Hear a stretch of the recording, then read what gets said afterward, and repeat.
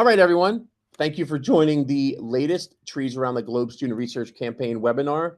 This is the State of Trees, June 2025, highlighting tree and land cover across globe and NASA through ground-based observations and space-based data comparisons with the Trees Around the Globe community opportunity, which Peder Nelson will introduce with his presentation towards the last half of the webinar. Today is Tuesday, the 17th of June, 2025. Like always, starting off with a couple fun quotes that I found, fun and enlightening quotes, I should say, and these come from two folks here. One is Charles Kettering, an American inventor, engineer, and businessman, a holder of 186 patents, which is pretty amazing.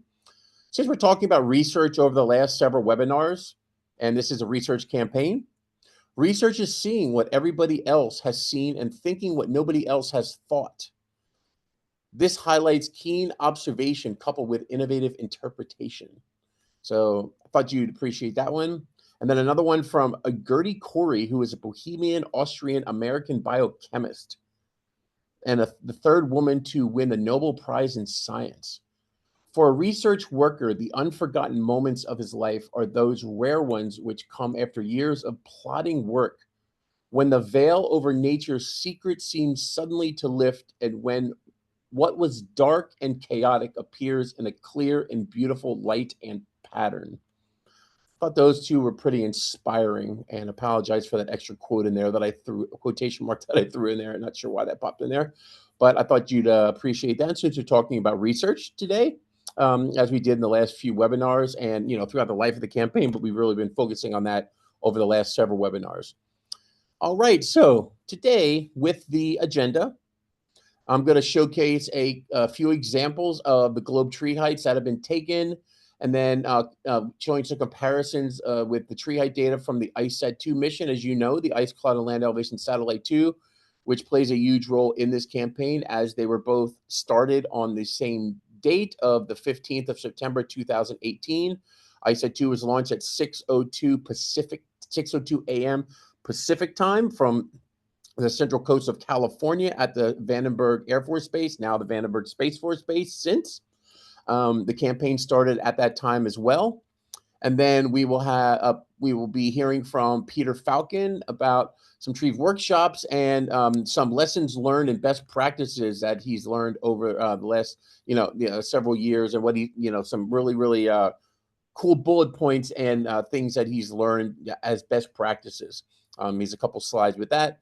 And then we're going to pass it over to our own Peder Nelson, and he's going to introduce the Adopt a Pixel 3KM, which is a method for systematically collecting globe land cover data with the Globe Observer app and classifying correlated high-resolution satellite imagery. And then a couple other things here. He's going to highlight this CEOAS Globe partnership. And then also we're going to end it, Peter's going to end it with a community challenge. And we'll talk a little bit about this then. The 5-minute data density walk, which ties into this Adopt a Pixel 3KM method. So we're super excited about this, and we want everybody to try it out wherever you are. So, and then we will then talk about it at our July webinar, which I have some information about coming up pretty soon. So some metrics first. Okay, as you know, we have active participation, globes in 127 countries, but we have active participation in the campaign from 69 countries right now in 2025. So we're super excited about that. A little bit about the numbers that we have, because as you know, this campaign focuses on tree heights, land cover, and greenings, green up and green down. And if I focus your attention to the bottom, we're in year 7 of the campaign, which began on the 1st of October of 2024. We have almost 14,000 tree height measurements from over 4,000 global sites, over 6,600 land cover observations from over 3,700 global sites, and almost 10,000 greening observations, green up and green down, from over 400 global sites. So that brings us just over 30,500 measurements combined from over 8,300 global sites. So if you take the full campaign numbers here, we have over 82 webinars with 28 special. That meaning ones that we've given specific, to specific groups, like if we've given presentations about our campaign to the European Phenology campaign. We'll be giving it to other folks like Globe, some folks in Globe India or Near East and North Africa, which we've done over the past several years. We have 28 of those special campaigns. So we're at a total of 110 campaign webinars. The 82 webinars are the monthly webinars that we really focus on each month. We have 81 campaign-related blogs. You can see we're closing in on 350,000 views with those 81 blogs. But also, I want to draw your attention to the full campaign metrics for the observations, where we have right now a total of just under 239,000 observations of tree height, land cover, and greening observations from just under 73,000 global sites as of today. That is as of about an hour and a half ago.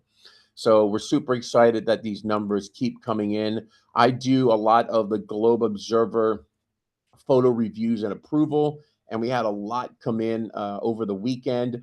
We actually have some folks at the NASA Langley Research Center in Virginia. It's a couple hours south of where I'm based at the Wallace Flight Facility, but they are working, you may have seen it on the Globe website, with the Civil Air Patrol to do observations with the Globe Observer, and they had a lot of observations coming in over the weekend with some of the activities they were doing. So lots of cloud observations, land cover, and tree height observations. So lots of amazing observations coming in from them. All right. So as I mentioned, we have another webinar coming up. This would be the State of Trees, July 2025. Lessons learned from 30 years of the Globe Program annual meeting, participant experience of 30 years of tree height and land cover observations. Now, one thing I want to mention with this, and this is a call to action to anyone who's going to be participating in the meeting or has been part of the Globe Program for a while now.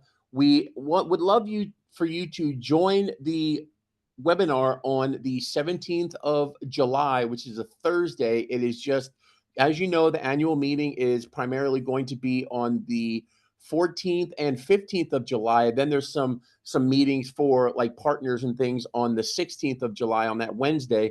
But we're holding this on the 17th, so it's fresh in everyone's mind. But we want you to come into the webinar because we're going to ask people to share some things about what they've done with Globe over these last 30 years, since that's what the annual meetings about. And I know it's virtual, and that's we always like to meet in person, but that's the state of affairs right now. So it's a virtual meeting, and we're going to be doing things virtually this year on the 14th and 15th of July. But we wanted to, like I said, while it's fresh in everyone's mind, we wanted to come together. It's going to be a very informal webinar to have people talk about what they've done and some of the things that they learned, and those folks who presented at the annual meeting, whether it be a poster or a session or a panel, to come and discuss some of the things that they've done. And Peder Nelson, anything you want to add on to this? I also want to mention that we're going to then Peder Nelson is going to talk a little bit about I mentioned that that 5-minute walk opportunity for the trees around the Globe community that Peter's going to talk about later. We're going to revisit that in the July and see what is going on, who has participated in that and done some observations with that, to talk about that a bit. So Peder, anything else you want to add to this? Not right now, Brian. We're just hoping that people will join us to celebrate how tall those trees have gotten over 30 years, that people have been measuring them in the Globe community, and all the fun dynamics that we've been talking about, and hope that people will come and share with us what they've experienced. And I know one of the things that brings people into our community here and is trees. So I hope that we all can take the chance to celebrate that wonderful thing that we have been doing here for a while together. All right. Thank you, Peder. And we'll hear a lot more from Peder later on in this webinar. So thank you, Peder. All right. So we're going to get started with the general program today. I'm going to take you a little bit through some examples of Globe tree heights taken with the Globe Observer and doing some comparisons with the tree height data from ISET2. Then I'm going to pass it over to Peder Falcon with some lessons learned and some really cool things that he's learned over the last several years, maybe longer than that, of course. And then I'm going to pass it over to Peder Nelson to talk about the Adopt a Pixel 3 KM and then the community opportunity. So I'm going to start off by showing you some examples here, okay? And I've shown these, at several presentations, and folks really like to see this because these are kind of showing the photons in the real world, okay?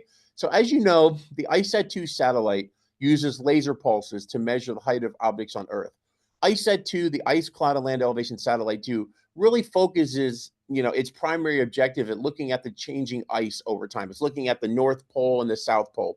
It's looking at the ice sheets of Antarctica and Greenland. It's looking how that ice is changing over time, basically the melting of that ice and how fast it's melting, where it's melting the fastest, that type of thing. Okay, it's looking at that change over time.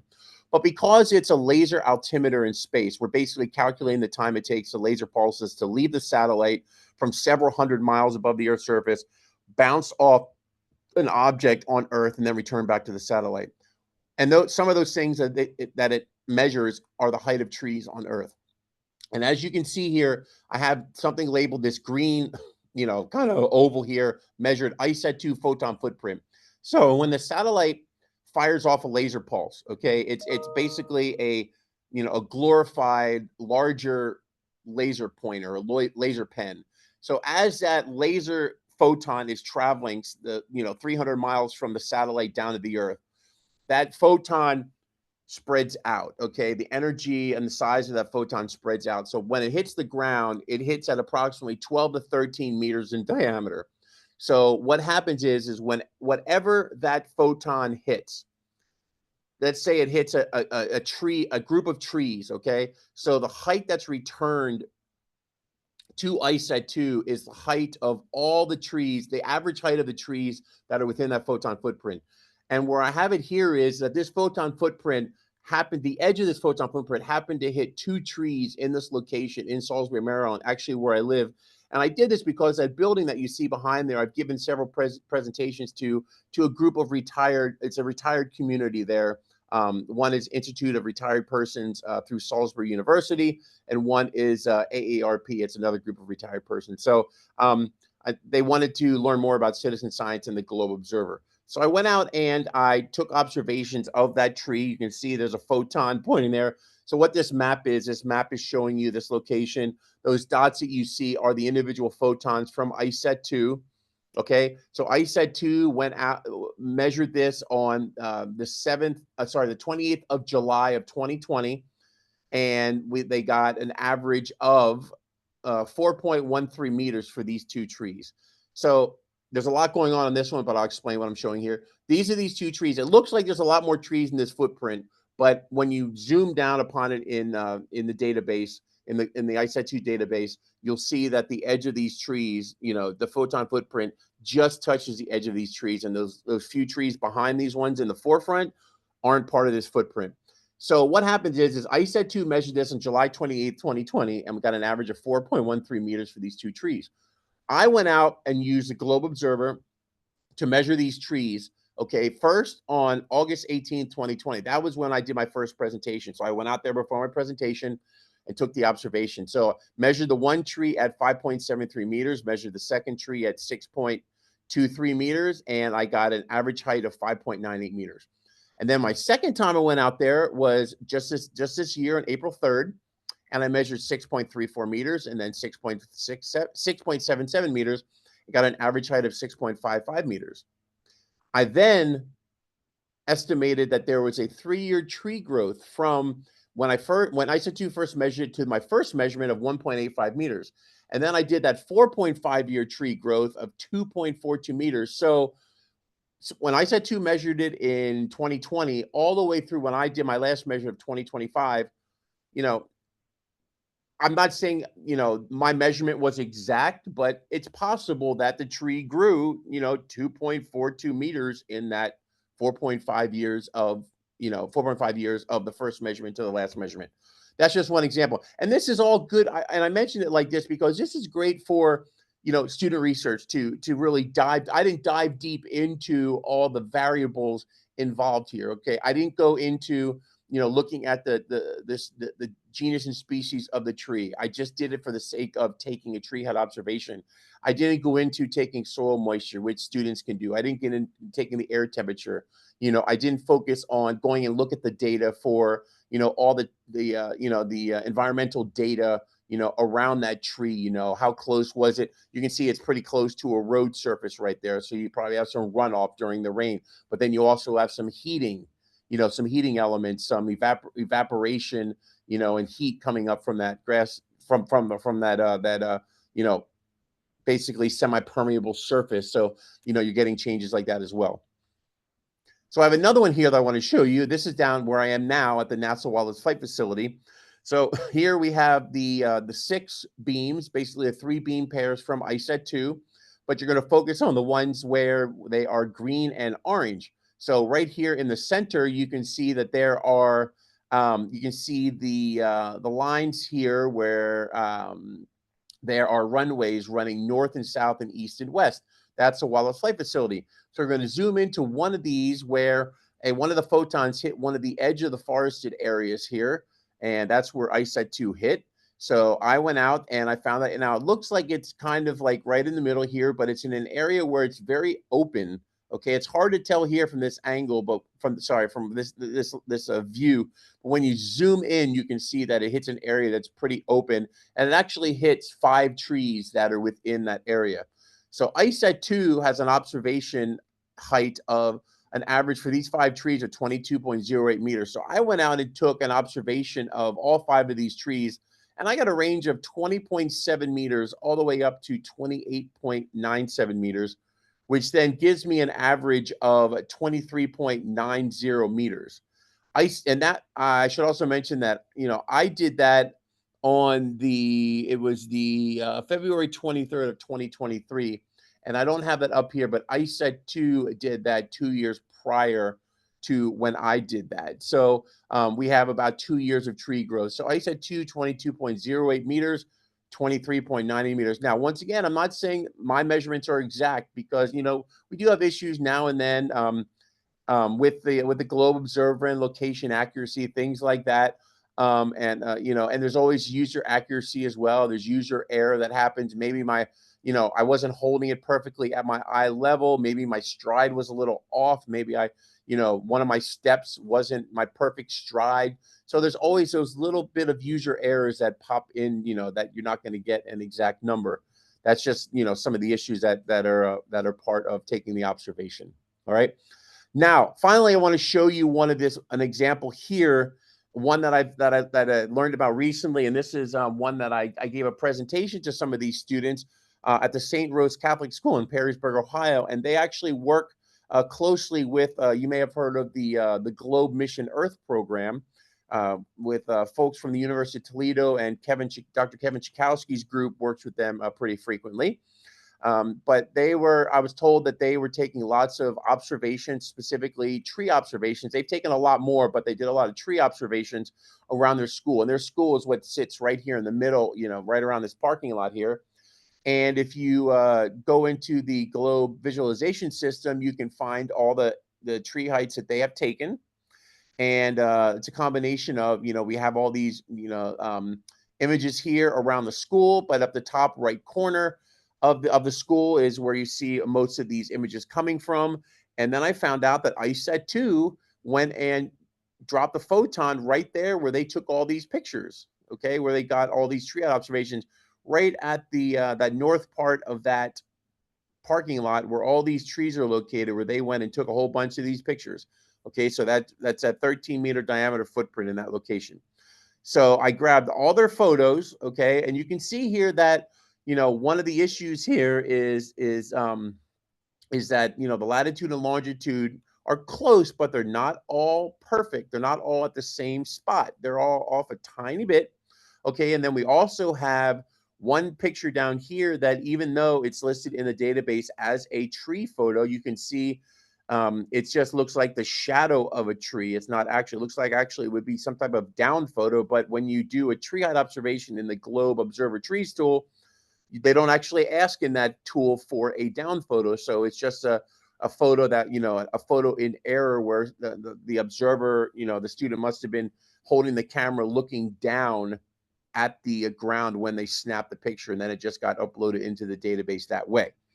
But when they went out and took observations, which was in March of 2025, And I say March because they were done on different days throughout March. They got an average of 11.5 meters of these trees. Okay. And when I said, and that was March 2025, I said to measure these November 2022 and got 10.15 meters tall. So that's about a difference of 1.35 meters. Okay. Now, did I said two, I should say, did all of these trees that landed in I said two, did all of them get measured? Not sure. Okay. Because I haven't been to that location. So I don't know if I'm pretty sure every tree within that photon footprint did not get measured. But I'm taking the average of all the ones that did get measured that I've seen that are within that footprint that match up to the latitude and longitude of the ICET2 photon footprint. But these are the ones, these 10 are the ones that line up to that photon footprint, but they did do some other observations of tree heights around their school, but none of them, those did not match up to the ICET2 photon footprint. But I'm pretty sure there are other trees that fall within that footprint, which then could change their number in comparison to what ICET2 got. But I'm just basing it on, the 10 that they actually took. So that is another, process that's involved in the science research as well. And I know when we talked about this, when we were planning, when Peder Nelson and Peter Falcon and I were planning, Peder Nelson, was interested in this because, there are more trees involved. And I know and Peter, if you want to jump, Peder Nelson, you want to jump in here because I know, you were interested because there was this kind of outlier picture in here that was of interest to you. Yeah, Brian. I mean,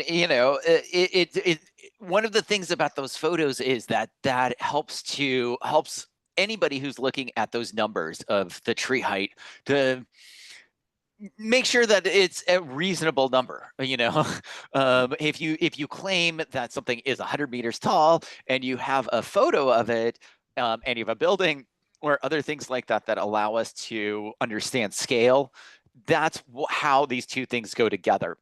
A number by itself is a bit of a claim. A number with a photo is more useful, and we're starting to build confidence there.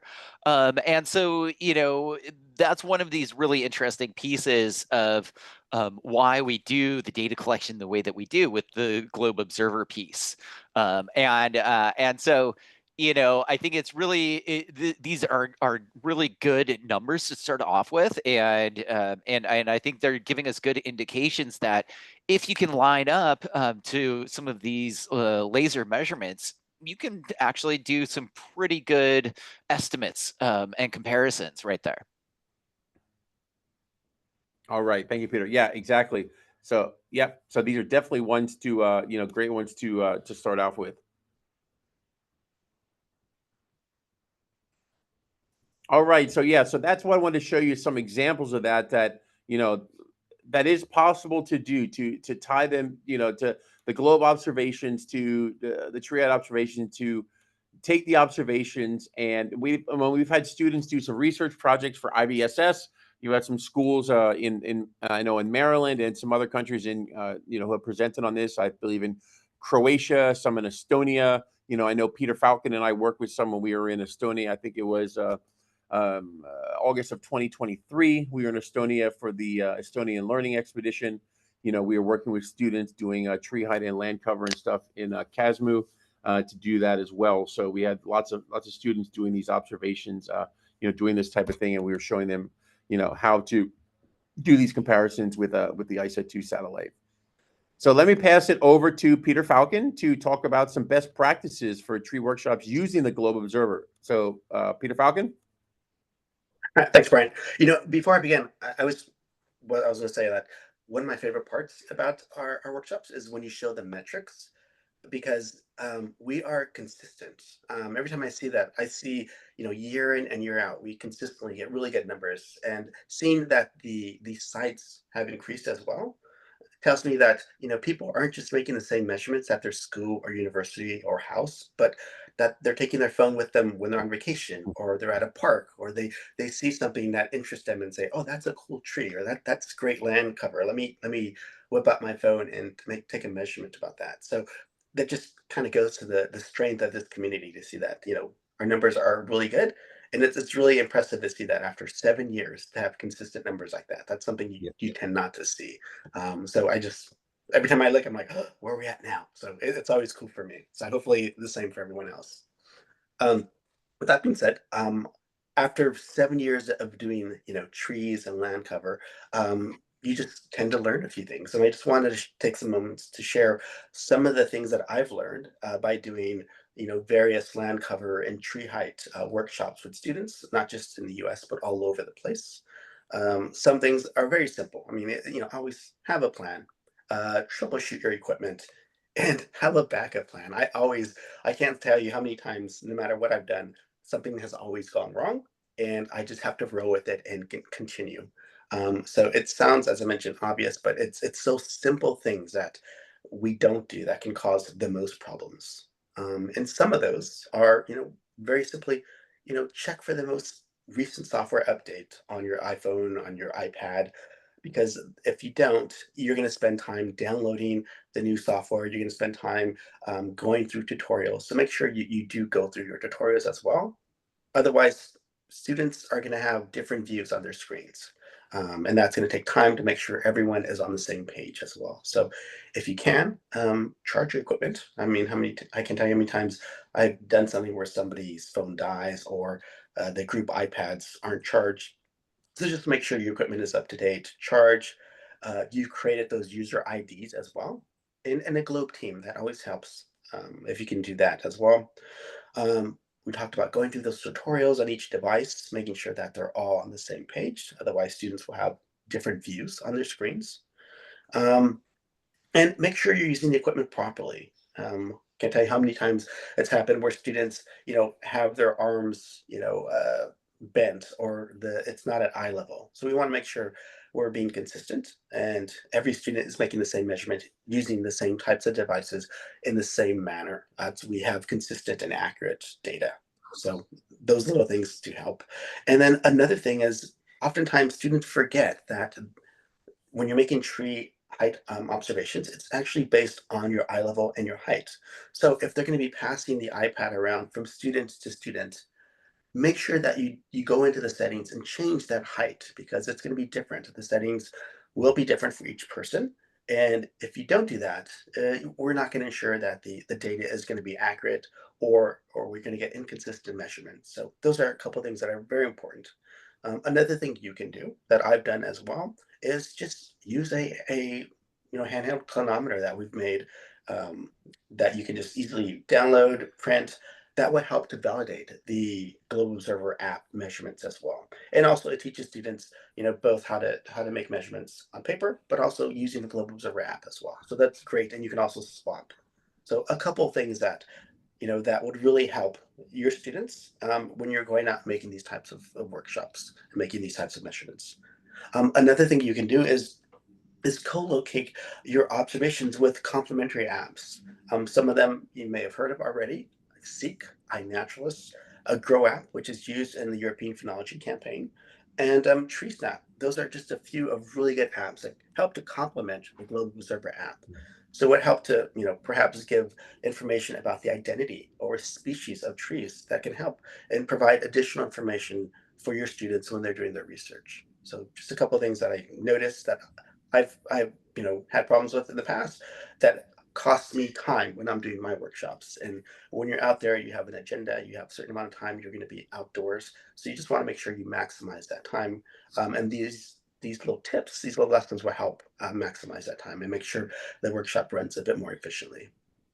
Next slide, please. Thanks.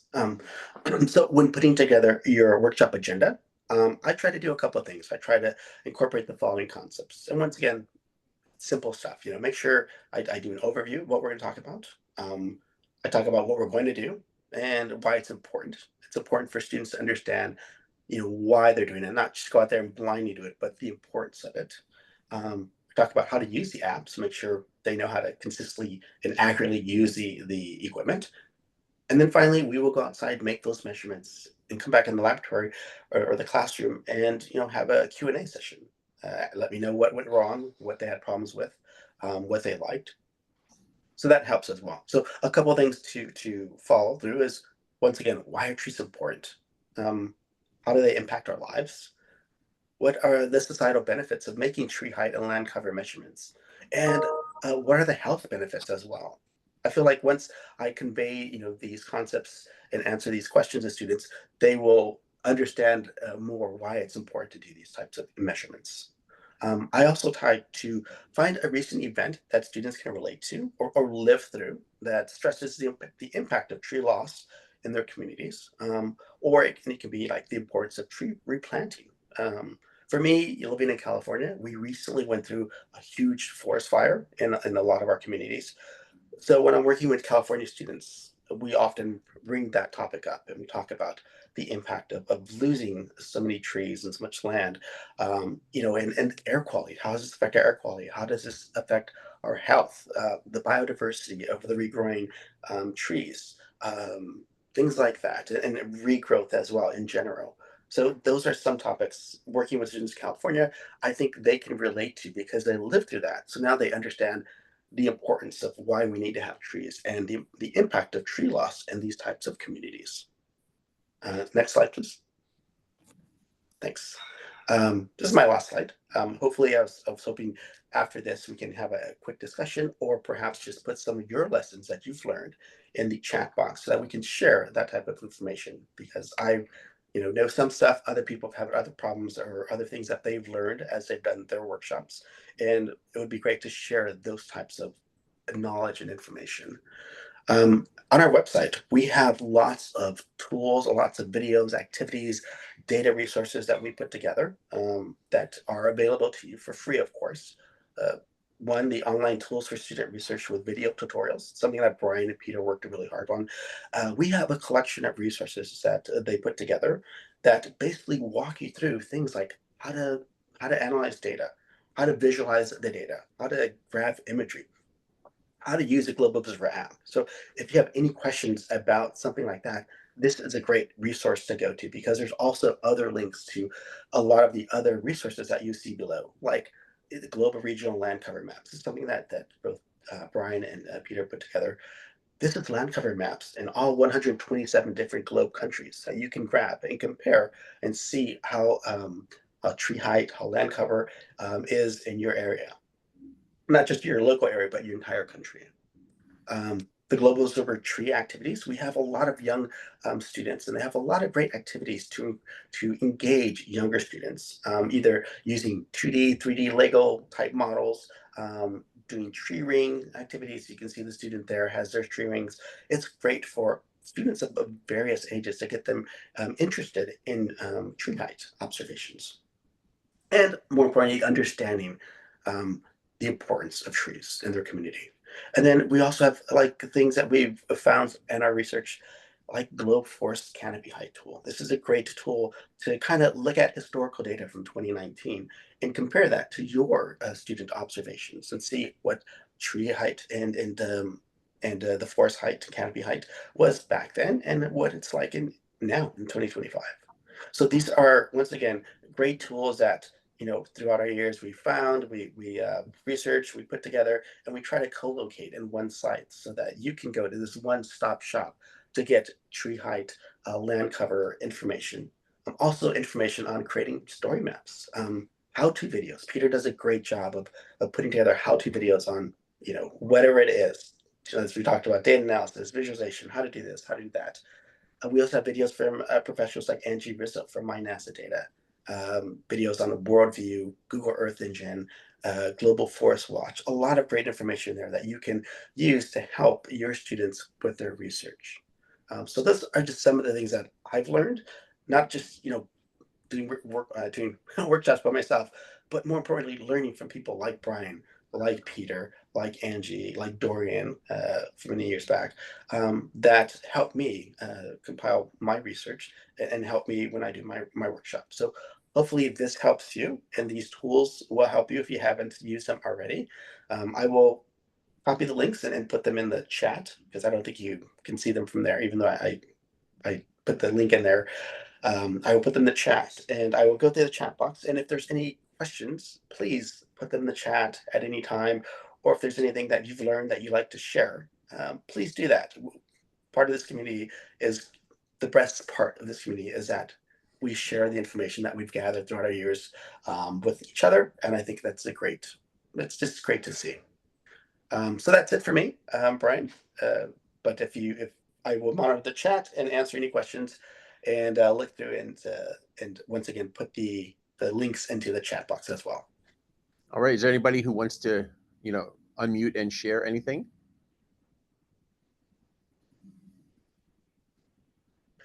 Anna wrote in the chat box. She's like, "Do you know any formula that estimates the amount of carbon with the height of trees?"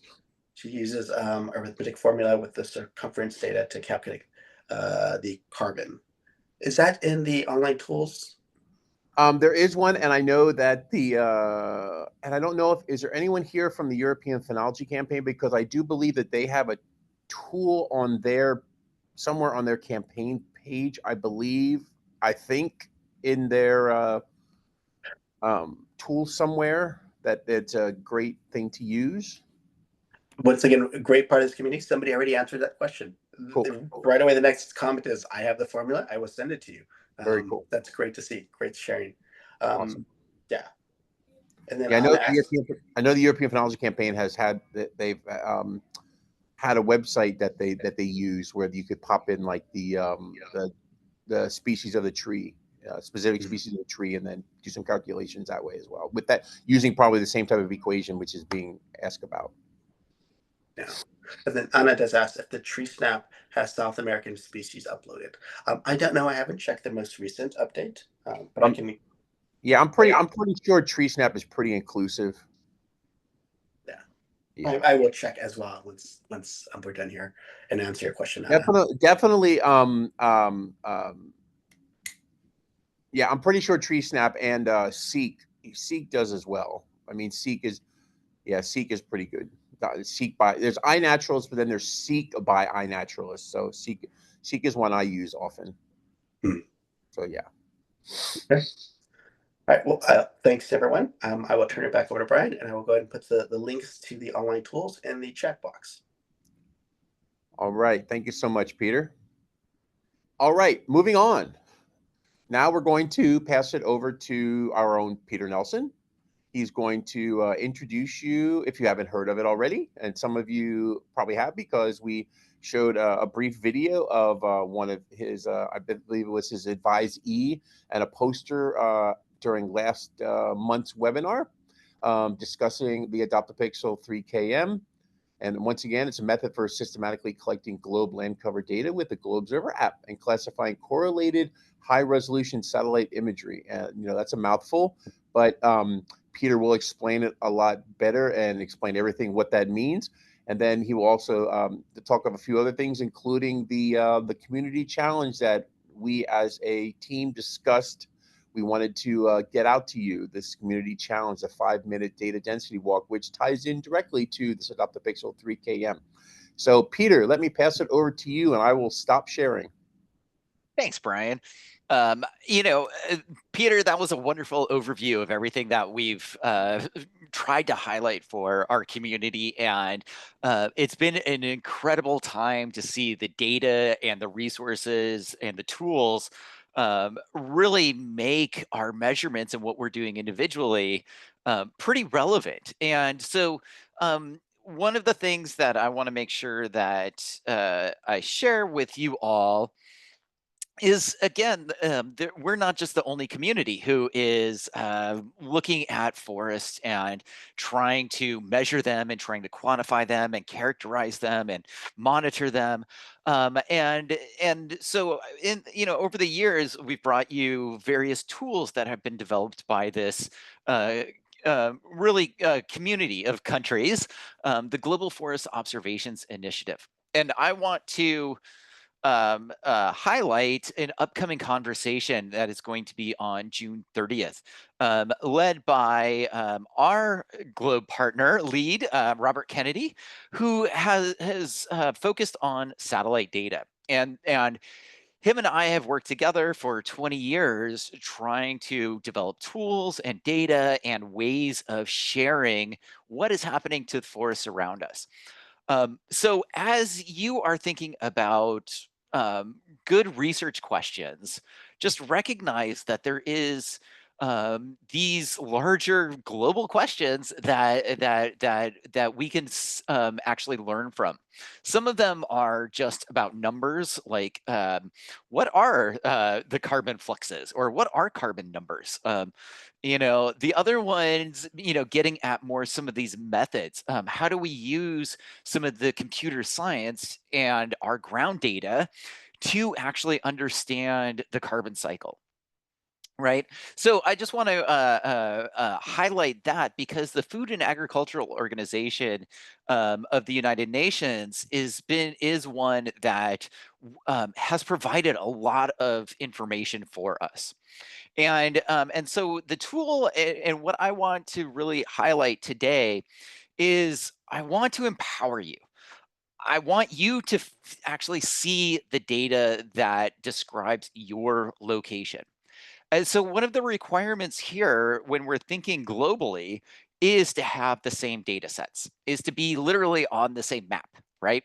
And so one of the tools that came out in 2018, at the same time that Globe Observer land cover, and then shortly after the Globe Observer tree height tool came out, was Google's Earth Engine. And this is something that has really changed our methods of interacting with satellite data. And you'll find all kinds of tutorials out there on NASA's RSET training courses about how to work with this tool for NASA supported research. I want to take us here today to show you how you can access satellite imagery and all kinds of layers. We're talking about 100 or so different layers that describe your location. And so don't rely on any of us necessarily to help you get this data, because it's right here once you figure out what tools are available to you. And importantly, what the data that is going to be presented here that we can access is also accessible through coding and other sort of avenues. But this is a great way that we can access the data anonymously, which I like because I have enough logins and there's too many of them, right? So I like that we can access this anonymously. And one of the things that happens when you come in is you can load up a variety of country boundaries, some geometry that allows us to summarize our data. And this has always been one of these things that will create differences. If you have different geometry than I have, those summary numbers will be different. So just recognize that this Earth map provides us with some geometry to start off with. And so you always want to cite that they are providing your geometry for you. But what you can do is, in this case, in the United States, I can pull up the state boundaries or the county boundaries, or a variety of watershed boundaries. Here, I selected the counties just because they were reasonable of size. And then you can go in and you can just select one of these locations, and you end up with this panel on your right-hand side that tells you the name of that county or of that feature. And you can then go in and select any number of variables or values that allow you to describe that location. And this is where you do need to go in and actually maybe read a little bit about, well, what are these global ecological zones? What are the values? How are those created? But for instance, if I want to just know generally a little bit about a location, these ecological zones are one way that I can start understanding what is the land cover I might experience. In this case, it tells me something about temperate desert and temperate mountain system. And you'll find in the globe manuals about land cover, this definition of temperate comes up. And this gets into the precipitation, the climate, the climate, so the temperature, precipitation, elevation, and some general characteristics, again, that might help you understand the trees that you're seeing in your location. And so this is one type of data that you can get at. And one of the things that I want to point you to is a couple of the ones that we have brought to you in the past that Peder Falcon was just mentioning. Global forest canopy height, right? So across this whole county, this area, I can quickly process and get a distribution of all of the canopy height for that area, for this county. And so I can find out the maximum tree height that I might come across. I can find out that there's a lot of areas that do not have any tree height. And I can start getting information about how this was calculated. If I want to find out a little bit more about what does this mean, canopy height, there's even a range of latitude and longitude that it goes between.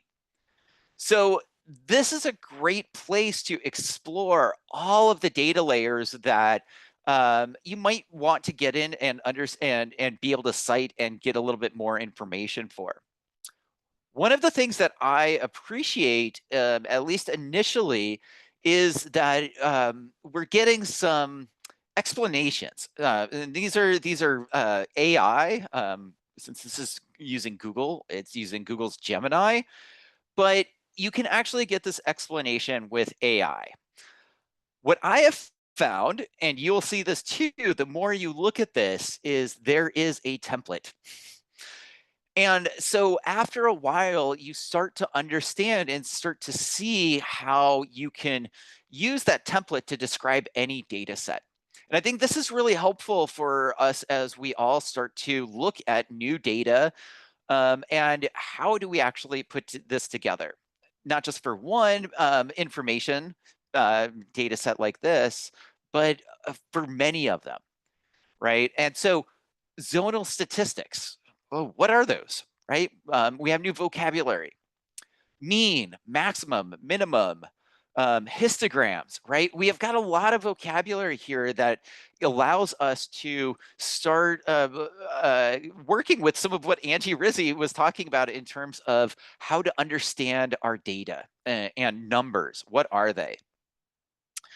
And as you go down, one of the things that I like is there's some of these recommendations about other data sets that you might want to explore or other questions that you can use along with this. Almost always is something about land cover because land cover is pretty much everywhere, right? As we've discussed here. But these questions about forest fragmentation, what is happening with your tree height over time in your location? Well, that's a great thing that was suggested to us to kind of take this further. Obviously, this ground truthing is something that Brian was just highlighting here at the very beginning. So, so one of the things that I appreciate about this is the conversation everybody's having with AI right now, and how do we use that? So for me, just starting to understand data sets and how to relate them to what we're doing is a place that we can start right here. And we can challenge each other to put this into context, to describe it to each other, right? And so that to me is one of these really powerful pieces that EarthMap now provides to us. And so here I'm going to hopefully close out of that, close that. And so what I want to show you as well with this is that you can actually get the numbers that are getting displayed right here, the data. And so if you click on this third option, to the little down arrow, you can export the data as comma separated values. And this is something that's talked a lot about on the Globe website, accessing the Globe data. But it's really nice because you can not only see the data on the screen, but you can actually download it and start working with this distribution of numbers here. So what's interesting is here we have one county, and if I'm to go over and say I selected a different county, say Wasco, just a different county, I can quickly click process here, and I now have the results for that area. Notice it has a slightly taller mean height across that. The maximum value is actually 51 units, whatever they are, right? They're meters in this case. But that's different than this other county that had 36. So again, one of the things that comes up with this data-driven approach is that this data can then give us questions to go out and actually measure. Why are these two areas different like that? Why do they have these different shapes to the data itself? And so this is again one of the things that Brian and I went through, and we did at the national level for each country inside of within Globe. And so that context of what you find in your location versus this larger area is one of these wonderful things that we can do once you identify an area you want to study. So we have these predefined geometries, right? And so you can go through and you can do a lot of summaries based on that information. Again, I find these watershed levels will be very, very useful as you think about water flow and maybe some of those dynamics. But one of the things that you can actually do with this too that I like is you can go in here and you can just draw on the map. And I recommend zooming in when you do this. And you can just draw onto the map an area that you want to analyze. Okay, so usually a nice square, and I'll say my area of interest, name it, and it should go in. It has to do its little magic, line it up. And now you notice I have over here on the right-hand side, my area of interest. I can say process. And now I can come up with a different summary. And here we can see over this area that there is taller trees with a slightly higher maximum height. But importantly, you notice the shape of this graph is different than the other areas that we were looking at. Now, again, part of our research is just why are those different? Why do we have this large bump of trees all about 24 to 28 meters tall? Did something happen before or after that to cause that pulse of large trees in that area? Why do we have so many young trees in this area, right? So again, the data-driven piece of this really allows us to put our measurements into context. So this is a really powerful tool as we're going through and looking at a variety of levels here. And I want to show you one piece of information that it could be really useful and really helpful. So we talk a lot about satellite imagery here. And one thing that is really nice that is provided here are these annual summaries where we get rid of the clouds, right? And we try to look at what's the average vegetation intensity here. And so we can see the areas in red are the areas that we expect to have those trees. The areas that are on this green side or are black are areas that we don't expect any vegetation, right? But this is across that whole entire year. And so this is something, again, that could take somebody on their own a really long time to process, to get the math. And here you're able to get those numbers right away. And you can even go all the way back in time to, say, 1984 and see how the world used to look like. And this, I wanted to choose this area because this is a volcano that had erupted in 1980. And we're seeing actually all around us the trees that were knocked down, and some areas that the trees managed to survive.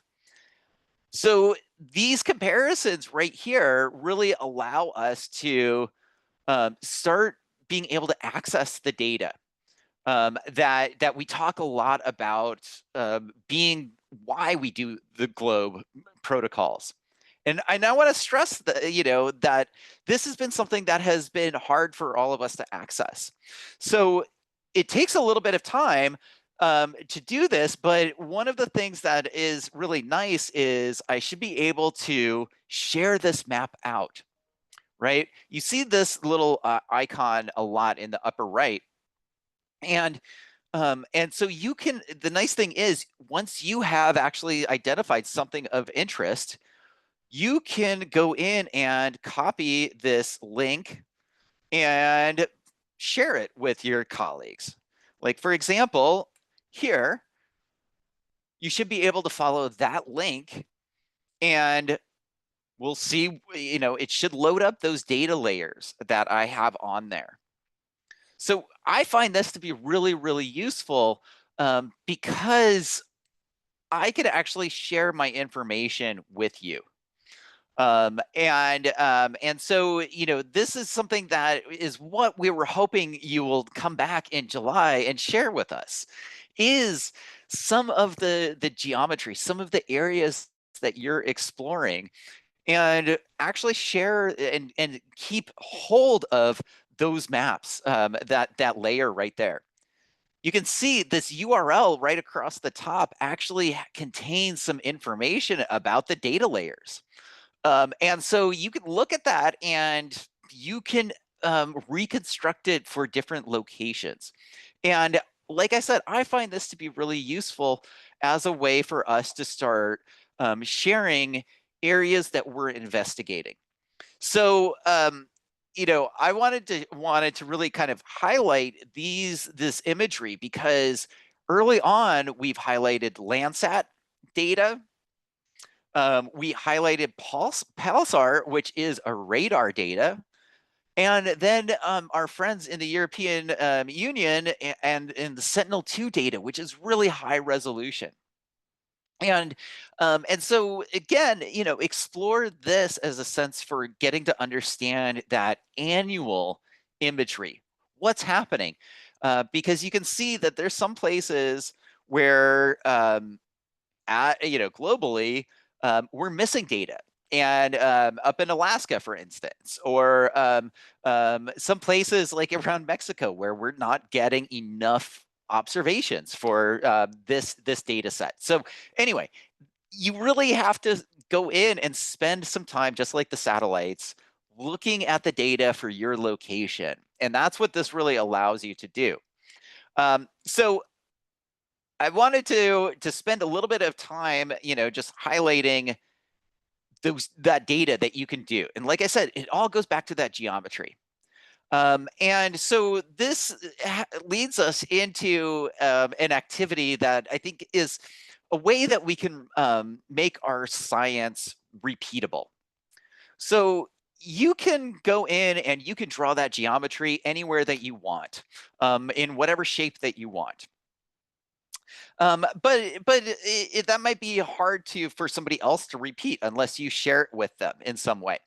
So in the GLOBE program, we have a global grid that we use.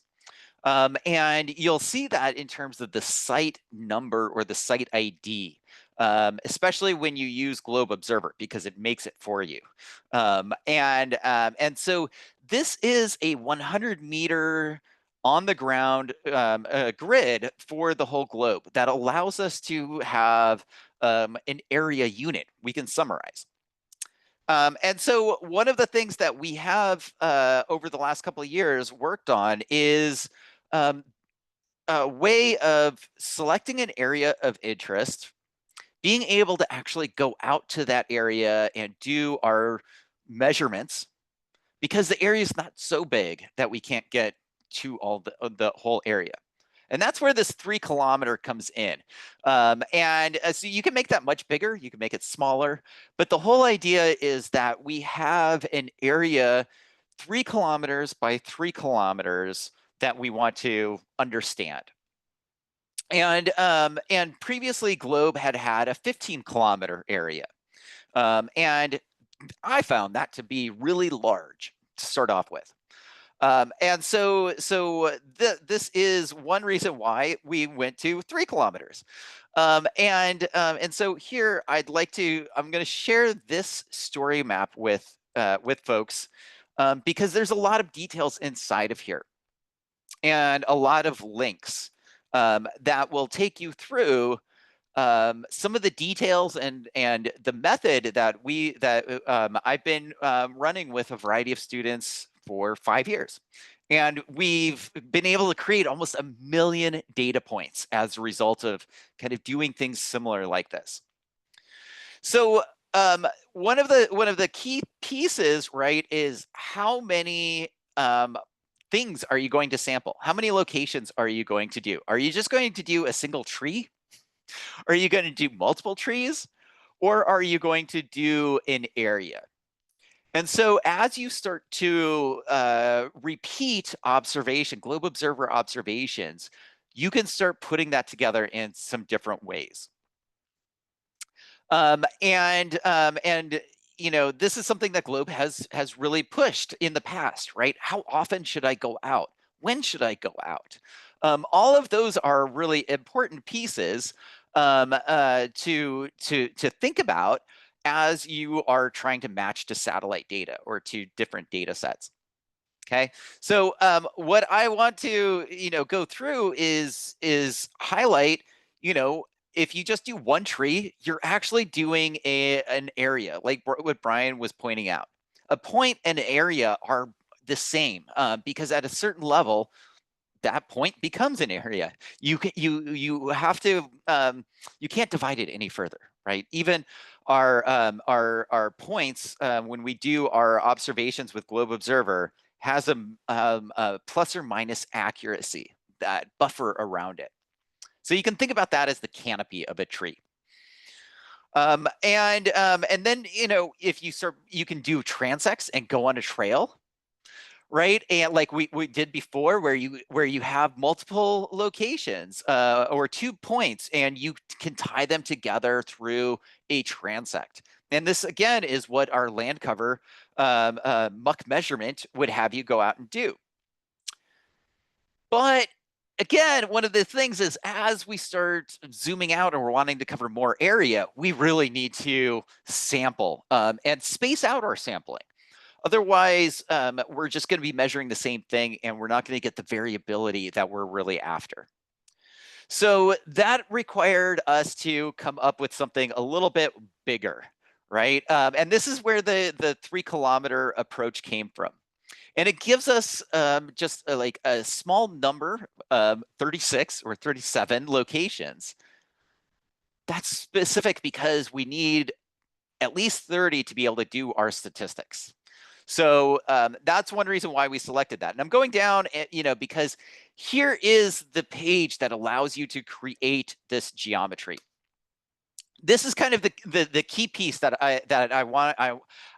If you're so inclined to join us in doing, because this is a way that will help you organize your location and be able to summarize them with all of these other data layers that are out there.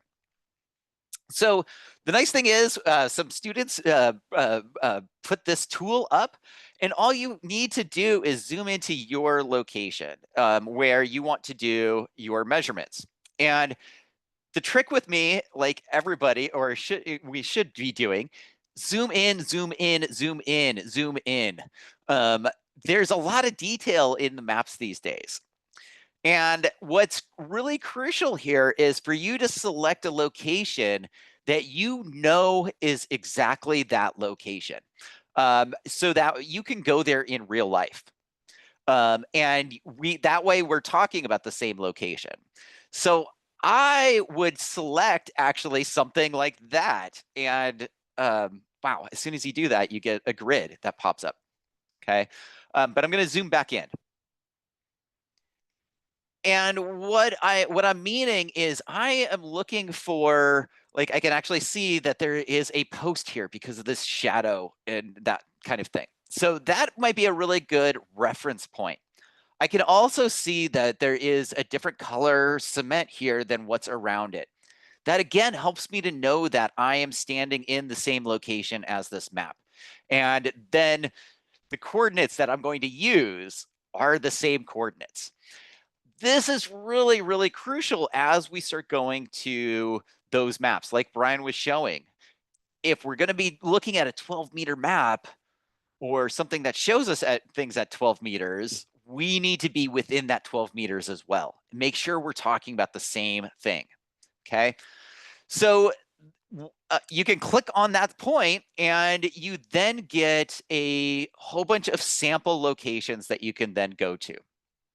The nice thing is you have a sample list right here, which are these coordinates. And then there's also the geometry file. And so this is, again, kind of one of these important things that when we start working with maps, we have to think about our geometry. Okay, so if you download this, this particular file, it will just come down as a name into your downloads file. But we can then use that to go to EarthMap and actually start summarizing what you might find in these locations, which I think is really cool, right? So here I'm going to just zoom out a little bit and show you the spacing of our locations. And this leads into how we came up with this 5-minute walk around your town sort of sampling challenge. Because I have found that it's about a 5-minute walk between each one of these grids that we've put out on this landscape. So you could measure it exactly and make sure that you are 500 meters apart based on this map. Another good strategy I found is to just walk 5 minutes, do a measurement of the trees in that location, do a globe observer land cover, maybe add in the sky view at that location, and then walk again for 5 to 15 minutes, just depending on how big of an area you want to walk through or how much time that you have, right? And so, you know, this is our chance to go out and explore your community this summer or as we're transitioning into winter. And we found that when students have a grid like this, it helps them to actually see differences between the north part of their community, the south part of their community, the east, the west, and maybe even some places that they had never been to before. So that's why we have this grid, and the grid also is it is exactly what we do with different satellite resolutions. When we have a 3-kilometer weather pixel, we have to try to understand all of the diversity, the area, all the things that make up that 3-kilometer area. And since we have a little bit of time, we can go out and we can actually go and sample that and get an estimate for what the land cover is in that area or what the tree height is in that area. And again, it gives us a way of starting to think about our individual location and what these maps that we were looking at on Earth Map are actually describing about our location.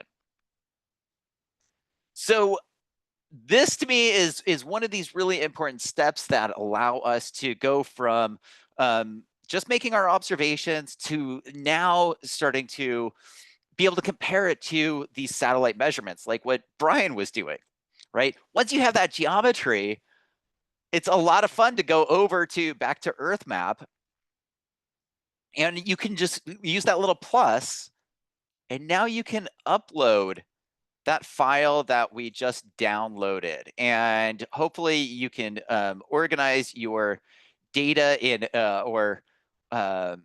when the data the files come in, so you can easily find it. But here it's going to load this up, what we just created. And here we can see that we've got some information behind it. But I'm going to come back over here and select that whole 3-kilometer area, for instance.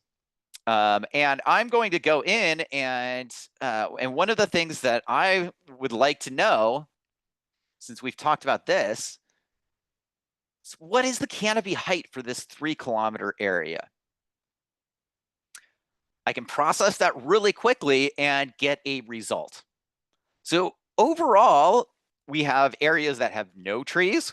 We have areas that have some 28-meter tall trees. And then over the whole area, if you averaged all of those trees with the areas that don't have any trees, we come up with 4.2 meter tall. That's a number, right? And so again, you know, this to me is one of these really interesting things of allowing everybody to have their area of interest and using the data to explore and to see what's out there. I want to show this other really interesting data set that is another canopy height. It gives something very similar, right? But we actually have some different numbers, just ever so slightly, right? So again, one of the things that I want to show is you can dive into the data layers. And it's really important to spend time and look at some of these. And I wanted to point out this meta WRI, global canopy height, because for the year 2020, this is giving us 1 meter trees. So if you zoom in on this, again, zooming in is your friend, we can actually start to see the tree canopies and the individual trees that might be out there. You'll also find maybe some things that are a little bit not right. Trees in the middle of the water. Is that true? So you can actually find a tree that you want, that you can actually measure. And you can go in and you can actually create a new point and click on that tree, and you will get some metrics. You'll get some numbers. Here, that tree is estimated to be 6 meters tall. So if you went out and found that in real life and did your Globe Observer tree height, would it be 6 meters tall? It's a great hypothesis now that you have to work with. And like I said, when we start looking at and thinking about what we're doing with our land cover and some of our satellite data, again, we're averaging that over an area, and we can summarize that and be able to make that comparison. So this, like I said, is really a powerful tool that we are getting a hypothesis from these scientists about what we'll find in our community. And so, you know, you can create geometry and a sample design like what we showed you with the Adopt-A-Pixel 3KM, or you can go out and you can print off a screenshot like this and just walk, you know, out there and try to make measurements and provide height to each one of these tree clusters that are out there. This to me is really powerful because you have what scientists are describing in your community right here. And as you go down, I want to really stress that you have a lot of different ways that your community is getting described. Explore this data set. And this is what we want you to share with us as part of our conversation in July, is show us what your community looks like based on these different layers. How are people describing it, especially in relation to what you are seeing on the ground? And that's exactly what our students showed you in their poster. So if you come back in July and share with us what you have, one of the things that I will provide, I'm going to scroll down, is a poster template that allows you to put together the land cover, tree height, together with your measurements on the ground. And that will allow you to focus on your contribution or what you are seeing in your area in relation to these global data sets like this. So I hope all of this going through and looking at and actually touching the maps like this will inspire you to do the same, but then importantly, go out into your community and see how this compares to the reality. And as you can see, just for this one location, we have some inconsistencies between one year and another year. There's a lot of trees in one year and not so much in the other year. And that inconsistency can cause problems down the line for all kinds of applications. So that is how we can actually help the science get better too. So that is our challenge. And what we'd like you to, be in some communication with us about as you go through and use EarthMap to explore not just one satellite match, but all of the products that are describing our communities at this global scale in this way. It's amazing what is available to us now. And I don't want to be the only one who's playing around with these layers out there. So I invite you to watch this webinar a couple times and then just go and spend some time summarizing your area and getting to know how it is getting described, what these values actually mean and how they relate to what we've been talking about here in the Globe program for 30 years. And as of this moment, I don't see any questions over there, but that's great. For right now, I think, I want to throw it back to you, Brian. Is there any questions that you had that kind of came up as I was, presenting this? I have one, Peter. Yeah, great. When we work with data sets, oftentimes it's really difficult because you get, some that are very that are just way you need a science background to use, and others that are so light that they don't really provide the information that our students need to do research. EarthMap that you just showed, and the way you just showed it, looks like it's almost like the best of both worlds. It gives you enough information to do a really good research paper, but not with enough data that it's going to overwhelm you. It seems like it's pretty good, like user friendly, and very easy to use as far as just like toggling back and forth.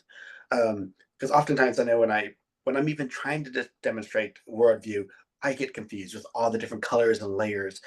So I imagine it must be even much more difficult for someone trying to learn to use a product like that. But the one you just showed and your 3K topic, it seems like something that's not too far off for students can, to learn how to use and put together a good research paper. Yeah, you're exactly right, Peter. And to me, that's what is really exciting, is that how easy this is really created for people who need to make reports, who need to be able to access the data. And this accuracy assessment piece that Globe has had in their in the land cover protocol is what we're doing here. And the nice thing is we don't have to make the map in the middle anymore. We have all these maps that describe our location. And so the big thing that we need to kind of focus on is just what are those numbers? What do they describe? And what I really appreciate about this is you can go to Google Earth Engine if you want and get into the weeds of the details of that if you need to fix something. Or if you want to read the paper, there's a citation there that actually will take you to the paper. But it takes a lot of the load off of us to have to create the data sets. And I really like that, because if it describes our community, then great, we can move on to the more other questions, like what is the surface temperature of those urban areas, right? How long has those trees been there, or what is the height of those trees, right? We can start getting a little bit further down our science questions. But if these areas aren't describing us correct, or I have no idea what they are, then I have no way of being part of that science process. And so I really appreciate what EarthMap has done. And I'll even say there's tutorials online that will show you how to embed those into story maps and into other things that you can actually share out. I really like the fact that you can record what you did, save it as that URL, and be able to share it with us.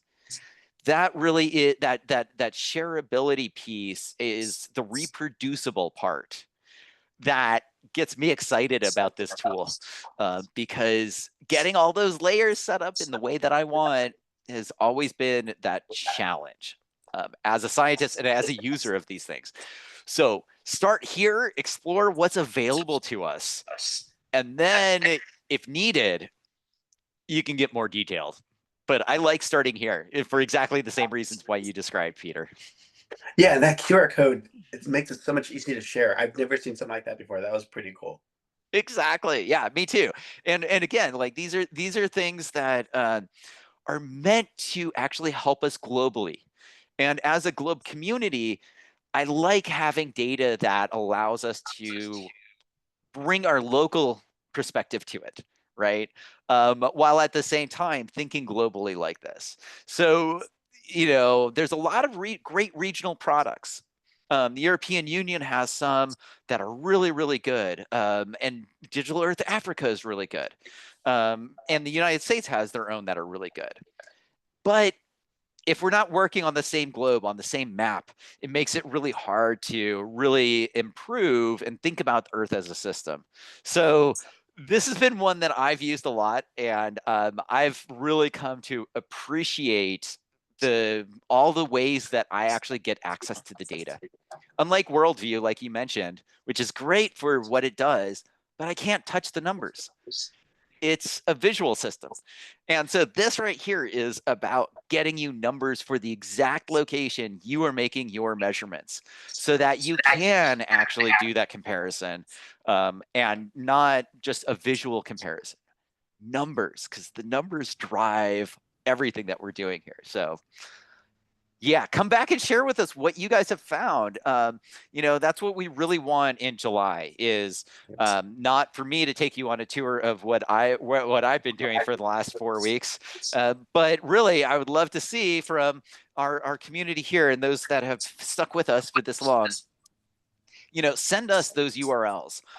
Share with us what you're seeing. And I know we'll bring others to this conversation as well, because just to motivate people, we've got at least 75 student groups working on their areas of interest this summer. So join us in that mapping challenge. Thanks, Peter. You always show some really great resources that we capture on our page, and it seems like there's something out there for everyone.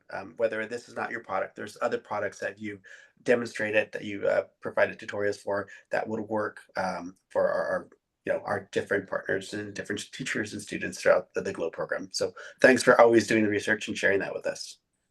Glad to. Yep, and I'm excited for people to take advantage of this, that opportunity, the 5-minute walk. So I'll be doing some observations of that as well. So because I go on lots of walks around different neighborhoods in Maryland and Virginia. So I'm excited about that. And I'll be on vacation with my wife and son in Florida, in the Florida Keys, next week and the following week. So I'm going to be doing that down there because that is a different environment, a different land cover than I'm used to. So even though it's flat and you know, not much elevation, mangrove trees, mangrove trees. Yep. Actually, we got married down there, and in 2011, and we have some pictures from then of pre-wedding photos at the mangrove. So I have to dig some of those out too. But yeah, we're gonna try to visit that same spot where the mangroves were, and take another photo. See how they changed. Pine Key, yeah, yep, very cool. All right, so everyone, as a reminder, please take advantage of that, opportunity. And then also, we'll see a lot of you at the Globe annual meeting virtually on the 14th and 15th of July. So if you haven't registered for it, please go on the Globe website and do so. You have to go ahead and do that, register for it. And I believe all registration is free. So please go ahead and do that. And then a lot of you I know are presenting either posters, panels, sessions, workshops, whatever. There's a lot. I know they're working on the final agenda now. We have there's a poster there. It's going to be 7 years of the Trees Around the Globe Student Research Campaign. But then also, please come back and join us for the Trees Around the Globe Student Research Campaign webinar on the 17th, the Thursday, the 17th of July. And right after this webinar is over, I will send an invite for that webinar. So stay tuned for that. And then also stay tuned for the recording announcement of this webinar. So want to say thank you to everybody for joining, and we will see you at the Globe annual meeting next month on the 14th, and then at our webinar on the 17th. So thank you all for joining us. Thank you, Peder Falcon and Peder Nelson, for the presentations, and see you all soon.